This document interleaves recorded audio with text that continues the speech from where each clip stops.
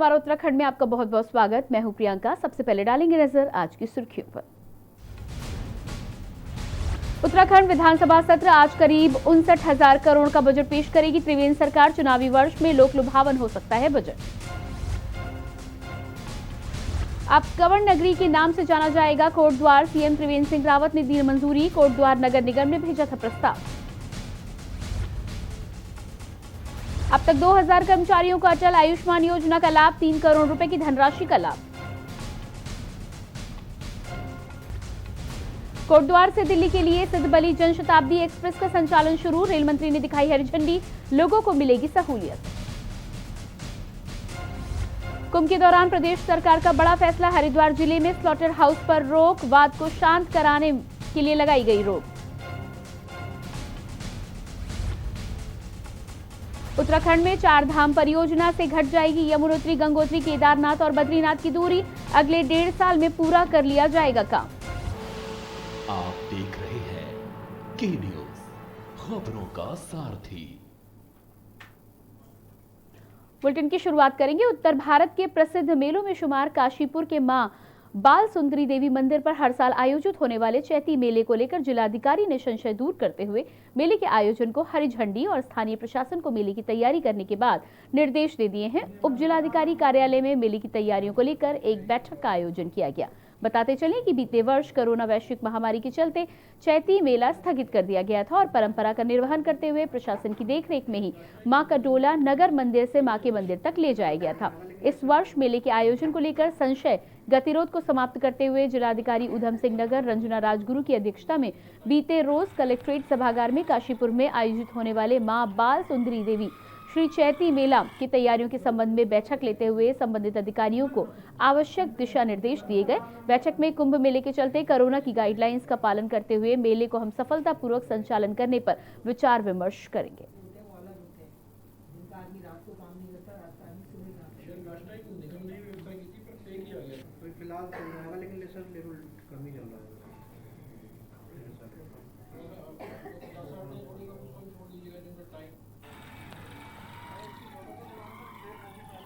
जिला प्रशासन के निर्देशों के क्रम में आज एक बैठक ली गई है स्थानीय स्तर पर, जिसमें लगभग सभी विभाग और मेले से संबंधित जनप्रतिनिधिगण और पंडा परिवार के लोग उपस्थित थे।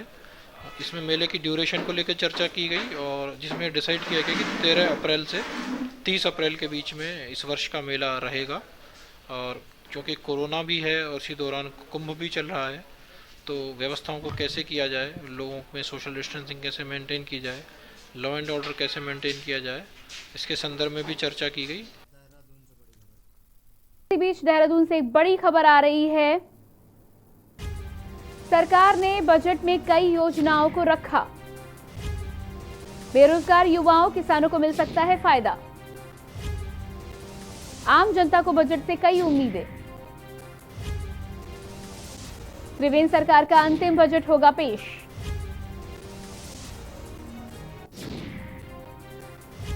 देहरादून बजट सत्र का आज चौथा दिन।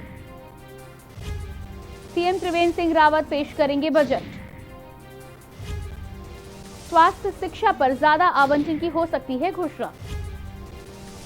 कई लोक लुभावन घोषणाएं कर सकती है उत्तराखंड सरकार।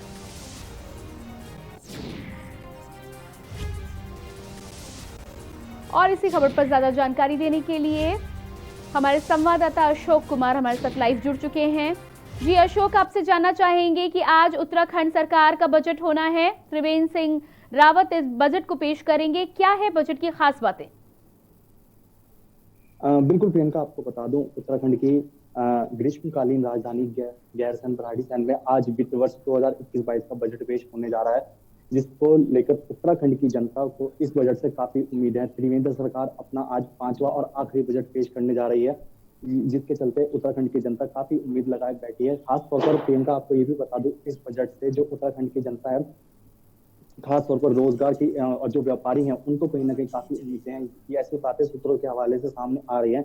इस बजट में स्वास्थ्य, शिक्षा, महंगाई और प्रदेश में बढ़ती बेरोजगारी को विशेष तौर पर ध्यान में रखा जाएगा। अगर बात की जाए रोजगार की, तो मुख्यमंत्री स्वरोजगार योजना पर भी इसमें एक बड़ा बदलाव किया जा सकता है। साथ ही साथ कई योजनाएं हैं तो उसको लेकर भी एक बड़ा निर्णय यहाँ पर लिया जा सकता है। अगर हम बात करें जिस तरह से कोरोना काल की, तो कोरोना काल में हर वर्ग को आर्थिक स्थिति से जूझना पड़ा है, जिसके चलते इस बजट को काफी लाभदायक बताया जा रहा है। इस बजट से काफी उम्मीदें जताई जा रही हैं, क्योंकि अगर जिस तरह से हमने व्यापारियों से बात करी, तो व्यापारियों का खास तौर पर कहना है कि कोरोना काल के दौरान रोजगार पर काफी असर पड़ा है, जिसके चलते महंगाई को कहीं ना कहीं कम किया जाए। अभी हाल ही में हम जैसे देखते आ रहे हैं, पेट्रोल डीजल के दाम लगातार बढ़े, गैस के दाम लगातार बढ़े, तो जिस तरह से उत्तराखंड की जनता का साफ तौर पर कहना है कि इस बजट में महंगाई को लेकर उस पर विशेष तौर पर ध्यान दिया जाना चाहिए।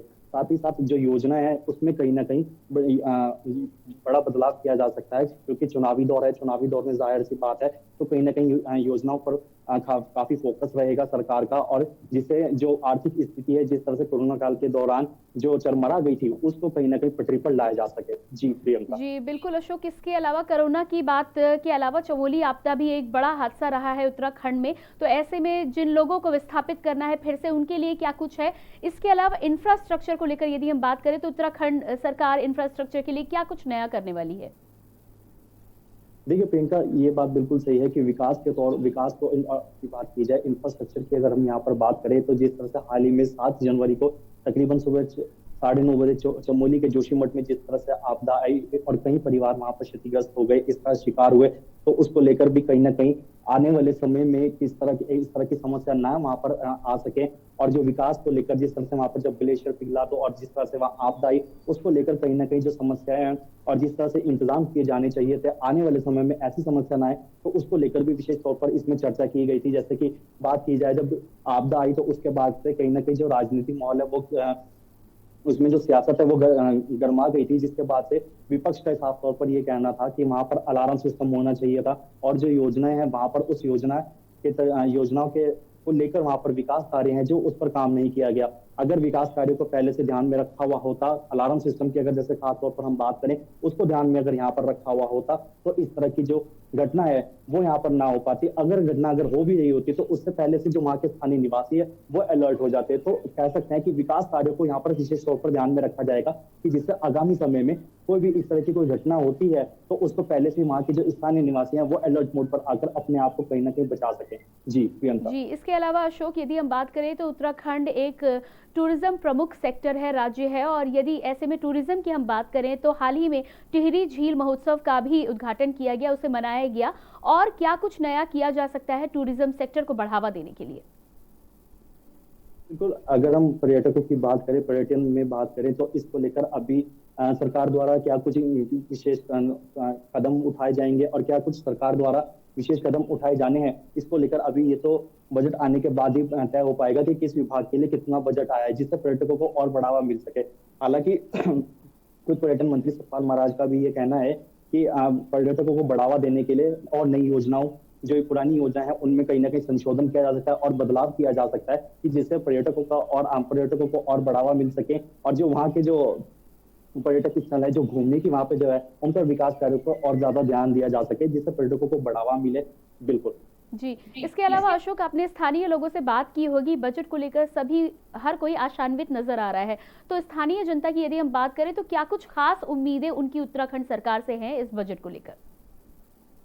बिल्कुल प्रियंका, जैसे कि मैं आपको पहले ही बता चुका हूं कि जो स्थानीय निवासी से जब हमने बात करी, व्यापारियों से जब हमने बात करी, तो व्यापारियों ने खास तौर पर ये कहा है कि कोरोना काल के दौरान जिस तरह से उनकी आर्थिक स्थिति खराब हो गई, जिस तरह से रोजगार पूरी तरह से ठप पड़ गए, तो उस पर और अब कोरोना काल के दौरान जैसे संक्रमण का जो आंकड़ा है वो कहीं ना कहीं, अब जो स्थिति है कोरोना की, वो जो पटरी पर आ रही है, सामान्य होते जा रहा है ये स्थिति, तो उसके बाद से एकदम, लेकिन जो महंगाई की मार जो लोगों पर पड़ी है वो कहीं ना कहीं उनसे असंतुष्ट जो है वो लोग नजर आ रहे हैं। जो लगातार जो महंगाई आसमान छू रही है, जिसके चलते आम जनमानस की कमर तोड़ दी है, उसको लेकर कहीं ना कहीं जनता का ये कहना है कि इस बजट से त्रिवेंद्र सरकार का आखिरी बजट है, चुनावी दौर है, और इसको लेकर इसलिए इस बजट पर खास तौर पर महंगाई पर जरूर ध्यान देना चाहिए, क्योंकि जैसा कि मैंने आपको पहले भी बताया, पेट्रोल डीजल के दाम लगातार बढ़े। अगर हम बात करें फरवरी की, तो फरवरी में गैस सिलेंडर के दाम 4 बार बढ़ चुके हैं, जिससे अब जो घरेलू गैस सिलेंडर है उसकी कीमतों में 800 साढ़े 800 रुपए का घरेलू गैस सिलेंडर हो चुका है।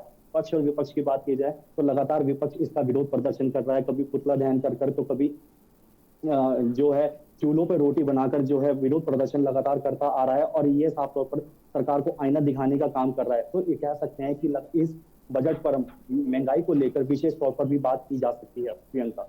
जी, इसके अलावा अशोक, त्रिवेंद्र सरकार का ये आखिरी बजट है, इसके बाद चुनावी साल आने वाला है और जनता के सामने अपना रिपोर्ट कार्ड को लेकर उन्हें आगे बढ़ना होगा। मैं आपसे ये जानना चाहती हूँ कि बजट का आकार कितना बड़ा हो सकता है, क्या कुछ बढ़ाया जा सकता है या फिर जितना बजट अभी तक दिया गया है उत्तराखंड सरकार को उतना ही होगा?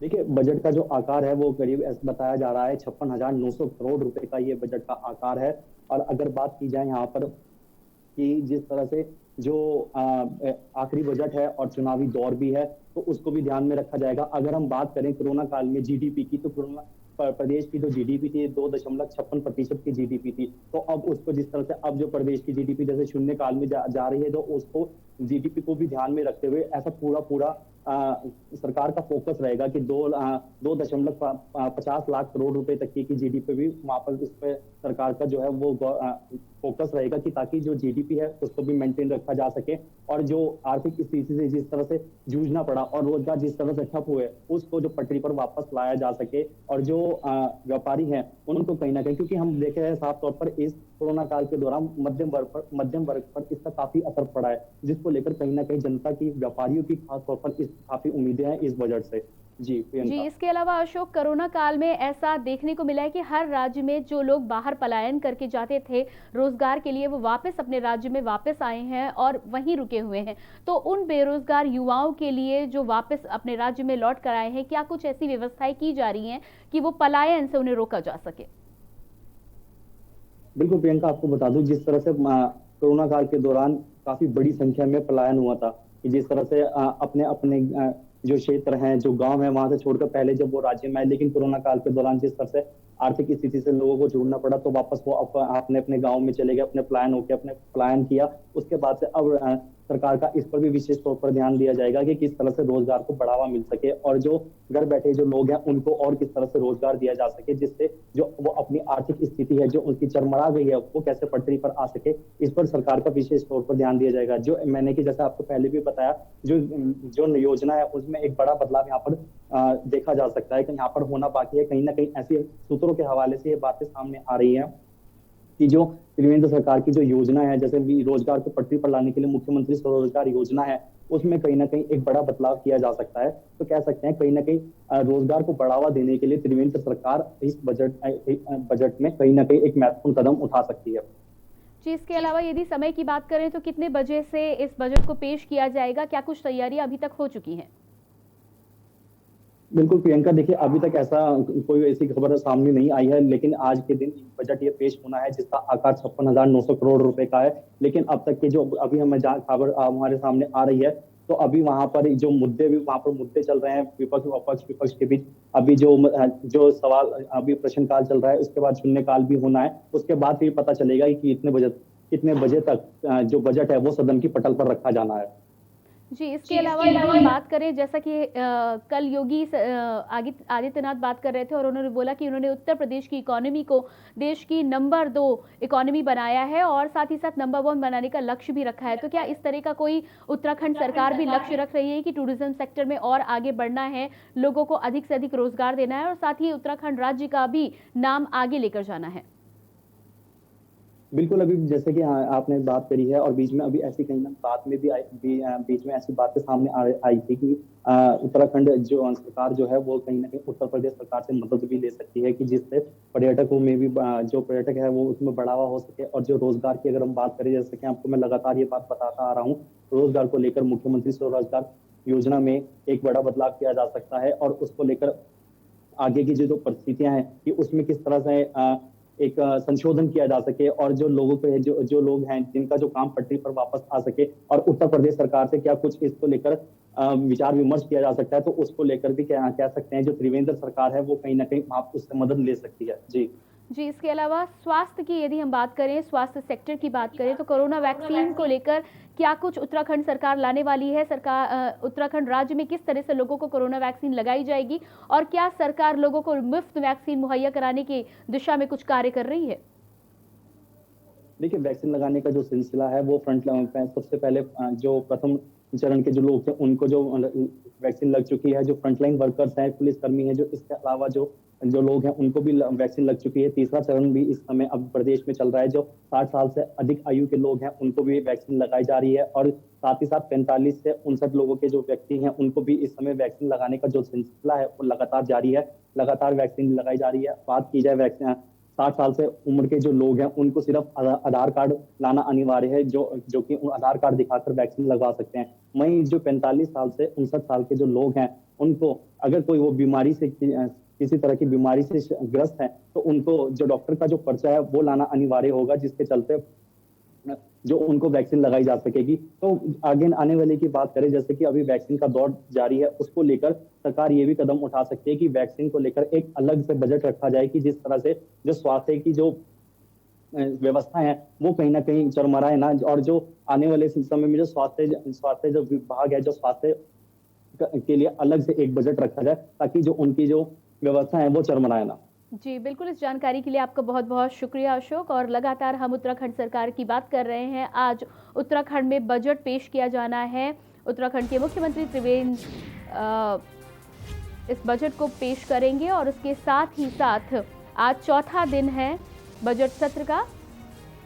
तो ऐसे में उत्तराखंड सरकार राज्य के लोगों के लिए क्या कुछ लेकर आने वाली है ये देखना होगा।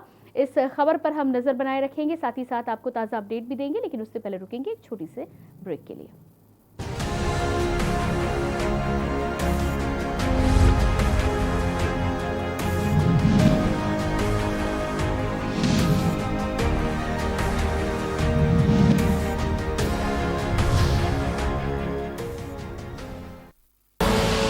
आप देख रहे हैं के न्यूज, खबरों का सारथी।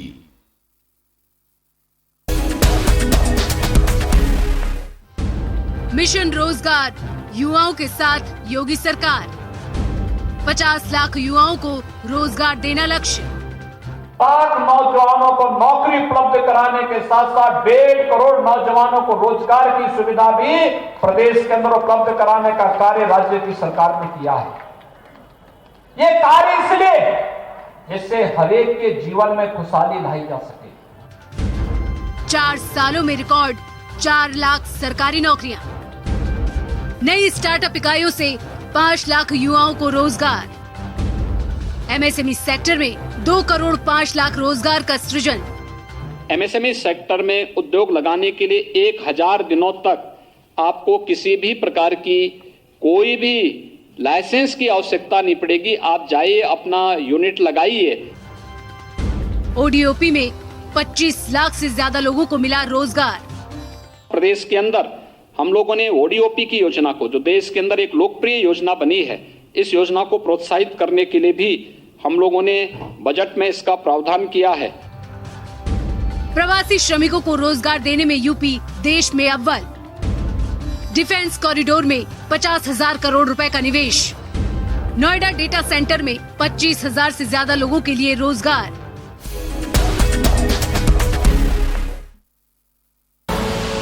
आप देख रहे हैं के न्यूज, खबरों का सारथी।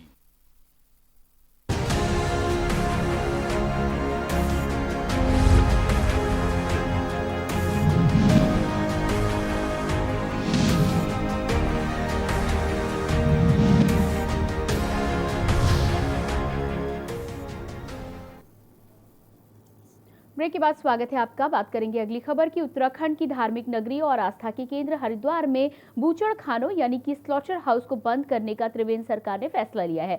पर्यटन मंत्री संतपाल महाराज ने इस संबंध में जानकारी देते हुए बताया कि मुख्यमंत्री ने हमारी मांग को स्वीकार कर लिया है। मुख्यमंत्री ने तत्काल रूप से बंद करने के आदेश दे दिए हैं। उन्होंने मुख्यमंत्री से अनुरोध किया था कि हरिद्वार आध्यात्मिक एवं सांस्कृतिक राजधानी है, ऐसे में यहाँ स्लॉटर हाउस पर रोक लगाई जानी चाहिए क्योंकि इनसे लाखों लोगों की भावनाएं आहत होती हैं। जिसके बाद राज्य सरकार ने लोगों की भावनाओं का आदर करते हुए इन्हें बंद करने का विधिवत आदेश दे दिया है।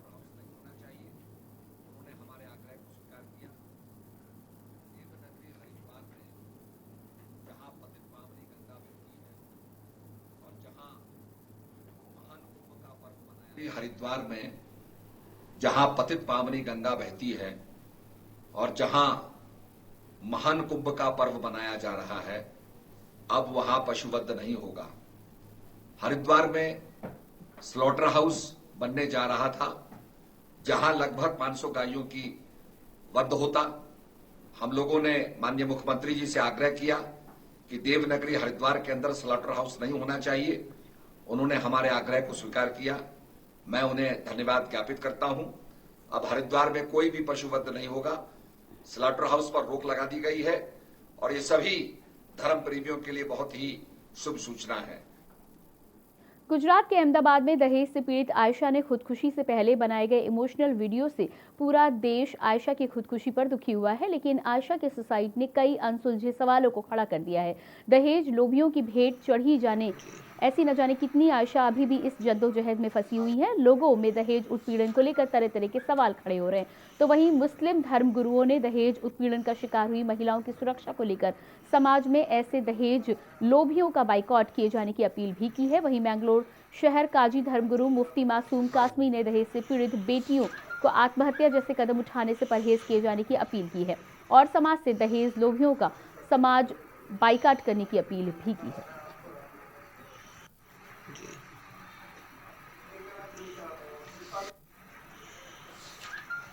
अहमदाबाद की आयशा नामक महिला ने नदी में कूदकर आत्महत्या कर ली। आत्महत्या करने से पहले आयशा ने एक वीडियो भी बनाई जो कि काफ़ी वायरल हो रही थी। इस वक्त हम मंगलोर के शहर काजी मुफ्ती मासूम साहब के पास से इनसे जानेंगे कि दहेज और आत्महत्या को लेकर इस्लाम मज़हब में क्या है। साहब, जैसे कि आज एक वीडियो काफ़ी वायरल हो रही है आजकल आयशा की, जो गुजरात के अहमदाबाद की है, तो आत्महत्या कर लिए, तो उसके ससुराल वाले दहेज की मांग भी कर रहे हैं। तो इस्लाम की नज़र में जो है दहेज और आत्महत्या के बारे में क्या कहा गया है? बिस्मिल्लाहिर्रहमानिर्रहीम। सबसे पहले मैं आप दोनों हजरात का और आपके चैनल का शुक्रिया अदा करता हूँ। वालिदैन और मुताल्लिकीन हजरात से यही अपील करूँगा कि जो हजरात भी जहेज़ मांगते हैं, जहेज़ का सवाल करते हैं, ऐसे लोगों का बाइकाट करना चाहिए और हरगिज़ अपनी बच्चियों को ऐसे लोगों के हवाले नहीं करना चाहिए। और ये जो लोग जहेज़ का मुतालबा करते हैं, इनकी मिसाल ऐसी है जैसे कुत्ते, तो इनका मुकम्मल तरीके पर बाइकाट किया जाए। और अगर हमने इसका बाइकाट नहीं किया और जहेज़ पर पाबंदी नहीं लगाई तो न जाने हमारी कितनी मासूम बच्चियां इसका शिकार हो जाएंगी और उनकी ज़िंदगी अजरन और जहन्नम कदा बन जाएगी। लेकिन अगर किसी हमारी बेटी का ऐसी जगह निकाह कर दिया गया कि जो हमारी बच्चियों को, बेटियों को जहेज़ की वजह से परेशान कर रहे हैं, दबाव बना रहे हैं, तो उनको तरीक़े से और जो भी तरीक़ा अपनाया जा सकता है तो ऐसे लोगों को सबक सिखाना चाहिए। लेकिन ख़ुदकुशी नहीं करनी चाहिए, हिम्मत नहीं हारनी चाहिए, बल्कि इस तरह की चीज़ों का डट कर अज़्म के साथ, हिम्मत के साथ मुकाबला करना चाहिए। अपनी परिवार के साथ मिलकर ऐसे लोगों को सबक सिखाना ज़रूर चाहिए। तो मुफ्ती मासूम कासमी साहब, इनका यही कहना था कि जो दहेज की मांग करते हैं ऐसे लोगों का बाइकाट करना चाहिए। न्यूज़ के लिए अकील अहमद, मंगलौर। भराड़ीसेड़ उत्तराखंड विधानसभा अध्यक्ष प्रेमचंद अग्रवाल ने विधानसभा के सत्र प्रारंभ होने से पूर्व भराड़ीसेड़ विधानसभा परिसर के भीतर विधायक हॉस्टल में पहुंचकर व्यवस्थाओं का जायजा लिया। इस दौरान अग्रवाल ने विधायकों से भोजन एवं रहने संबंधित व्यवस्थाओं के बारे में जानकारी ली। इस अवसर पर विधानसभा अध्यक्ष ने सभी विधायकों को गैरसैंण के ग्रीष्मकालीन राजधानी घोषित होने की पहली वर्षगांठ पर बधाई एवं शुभकामनाएं भी दी। इस दौरान विधानसभा अध्यक्ष विधायक हॉस्टल में लगभग सभी विधायकों से मिले एवं भोजन व्यवस्था से संबंध में उनसे बातचीत की। साथ ही सभी विधायकों द्वारा विधानसभा अध्यक्ष को आश्वस्त किया गया कि सभी प्रकार की व्यवस्थाएं दुरुस्त रखी गई हैं। विधायकों में काजी निजामुद्दीन, हरीश धामी, करण माहरा सहित कई अन्य विधायक मौके पर मौजूद रहे।